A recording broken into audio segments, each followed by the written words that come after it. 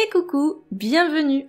Aujourd'hui, j'ai décidé de t'emmener dans une aventure magique qui se déroule à l'école des Bois Verts, où des enfants intrépides vont découvrir des mystères sur leurs peurs et sur leurs rêves. Alors prépare-toi à entrer dans une histoire fascinante d'Halloween qui va te faire sourire, réfléchir et peut-être même qui va t'inspirer à créer une suite. Installe-toi confortablement et surtout n'oublie pas de t'abonner pour ne rien manquer des futurs contes qui viendront compléter cette chaîne. À la fin, surtout n'hésite pas à me laisser tes commentaires, tes nouvelles idées aussi pour des prochains contes, etc. Allez, t'es prêt? On y va!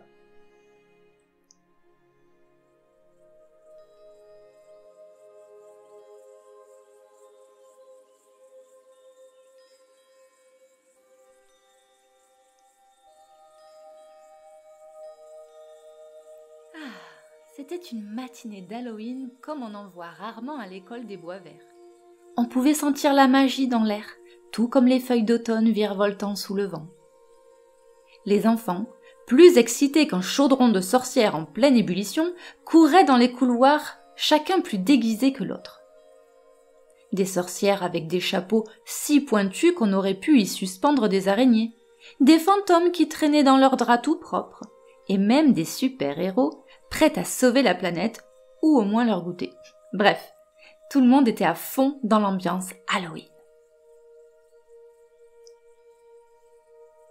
Mais ce jour-là, un petit secret tournait parmi les élèves, comme une chauve-souris dans une nuit noire.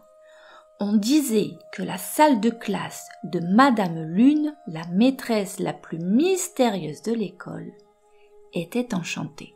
Rien que ça. Léo, un garçon au regard pétillant et à la curiosité aussi grande qu'une citrouille de concours, échangeait des regards malicieux avec sa meilleure amie Mila. Mila, elle, avait un rire tellement contagieux qu'on aurait dit un sort qui rend tout le monde joyeux. « Tu crois qu'on va découvrir quelque chose de dingue ?» dit Léo, ses yeux brillants comme une guirlande de citrouilles illuminées. Mila lui répondit avec un sourire complice. C'est Halloween, Léo. Tout peut arriver. En entrant dans la classe, ils comprirent immédiatement que quelque chose clochait.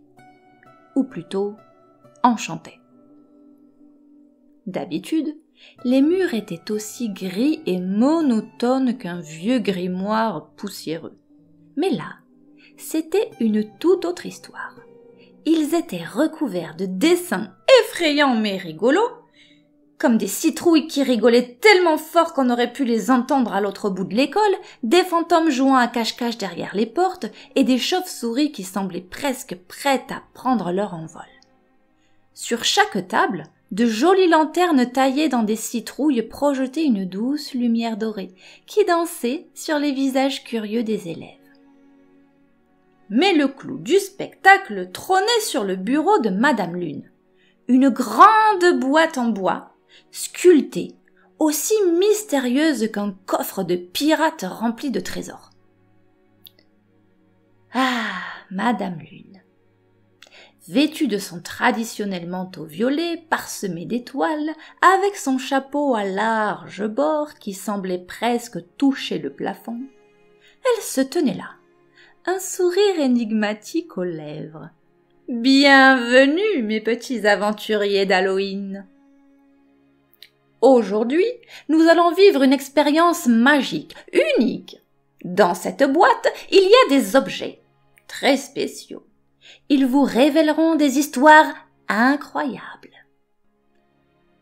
Les enfants retinrent leur souffle quand Madame Lune ouvrit la boîte d'un geste lent et théâtral. Un éclat de lumière dorée s'échappa, illuminant la salle d'une lueur chaude et mystérieuse. Le premier objet qu'elle en sortit, une petite clé argentée aussi scintillante que la pleine lune par une nuit sans nuages. Cette clé est ancienne. Très ancienne, expliqua Madame Lune de sa voix posée et en même temps enchanteresse. Elle ouvre des portes, mais pas n'importe lesquelles. des portes qui mènent à vos rêves ou à vos peurs. Elle tendit la clé à Mila, qui l'accepta avec un mélange d'excitation et de crainte, comme si elle s'apprêtait à ouvrir un coffre aux 1000 mystères. Dès que Mila toucha la clé, elle ressentit un frisson lui parcourir le dos. En un clin d'œil, la classe se mit à onduler comme un sortilège et pouf! Elle se retrouva au beau milieu d'un immense château. Et pas n'importe quel château. Les murs étaient décorés de tapisseries colorées et des chandeliers scintillants flottaient dans les airs comme si c'était la chose la plus normale du monde. « Waouh !» s'exclama Mila, éblouie par ce spectacle. « Léo, regarde !» Mais Léo avait disparu. Eh bien, c'était tout de suite moins rassurant. Mais Mila était une aventurière dans l'âme, alors elle s'avança avec courage dans un long couloir éclairé par les torches aux flammes dansantes. Au bout de ce couloir, une porte massive faite de bois sombre et ornée de symboles étranges se dressait devant elle.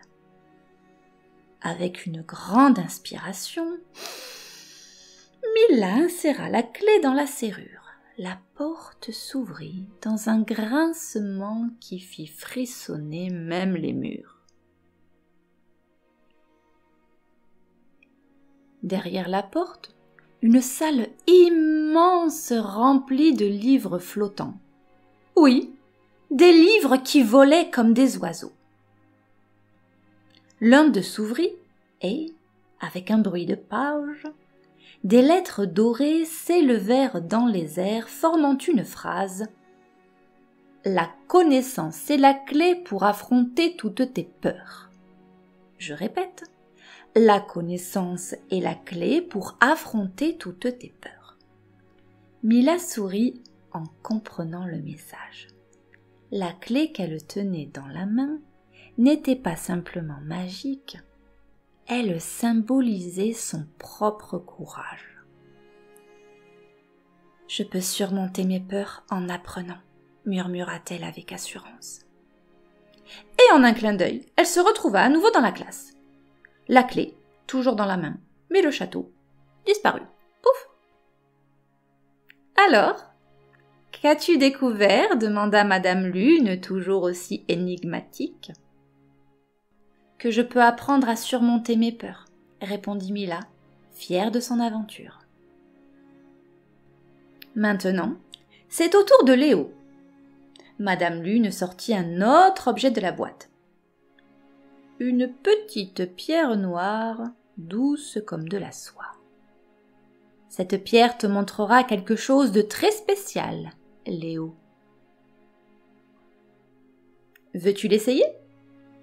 Léo hocha la tête, et à peine avait-il pris la pierre dans sa main que tout autour de lui devint flou. Lorsqu'il rouvrit les yeux, il se trouvait dans une forêt sombre enveloppée de brume. Super ambiance d'Halloween, quoi. Des ombres étranges dansaient entre les arbres, mais une lumière argentée filtrait à travers les feuilles, éclairant un sentier scintillant. Soudain, un grand loup noir aux yeux d'or perçants apparut devant lui. « Que fais-tu ici, jeune aventurier ?» demanda le loup d'une voix grave. Léo, bien que surpris, se sentit étrangement calme. « Je suis là pour apprendre quelque chose. Tu es ma peur. » Le loup hocha la tête. « Oui, je représente ta peur, de ne pas être assez fort. Mais souviens-toi, je ne suis pas là pour te faire peur. Je suis ici pour t'aider. Chaque fois que tu m'affronteras, tu deviendras plus courageux. Je répète, chaque fois que tu m'affronteras, tu deviendras plus courageux. » Léo comprit alors que sa peur n'était pas son ennemi, mais un professeur. « Merci, » murmura-t-il. et le loup s'évanouit dans la lumière, laissant Léo à ses réflexions.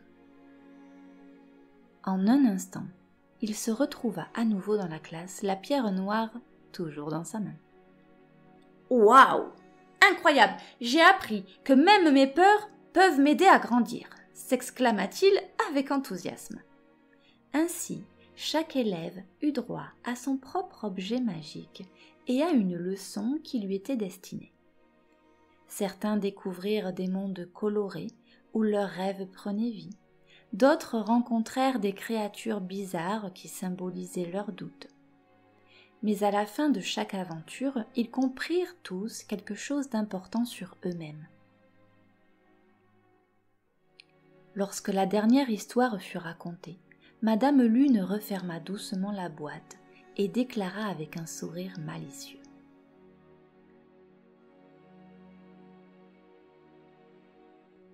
La magie d'Halloween, mes chers élèves, c'est qu'elle nous permet de découvrir qui nous sommes vraiment.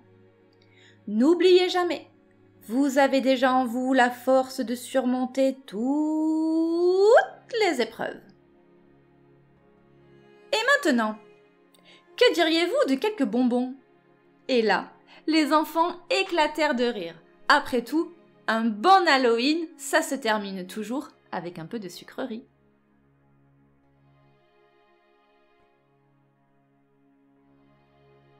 Alors, qu'as-tu pensé de cette petite histoire ? Est-ce que tu as des idées pour la suite ou pour l'améliorer ? Peut-être que nos aventuriers pourraient retourner dans la forêt enchantée ou rencontrer d'autres créatures magiques. N'hésite pas à laisser tes idées dans les commentaires. Si tu as aimé cette histoire et que tu souhaites écouter d'autres contes personnalisés, bien plus longs, bien plus détaillés, eh bien je crée des histoires uniques juste pour toi, avec des personnages que tu aimes, des aventures que tu peux imaginer. Alors, je te remercie d'avoir été avec moi aujourd'hui et peut-être à très bientôt pour de nouvelles aventures enchantées. Salut!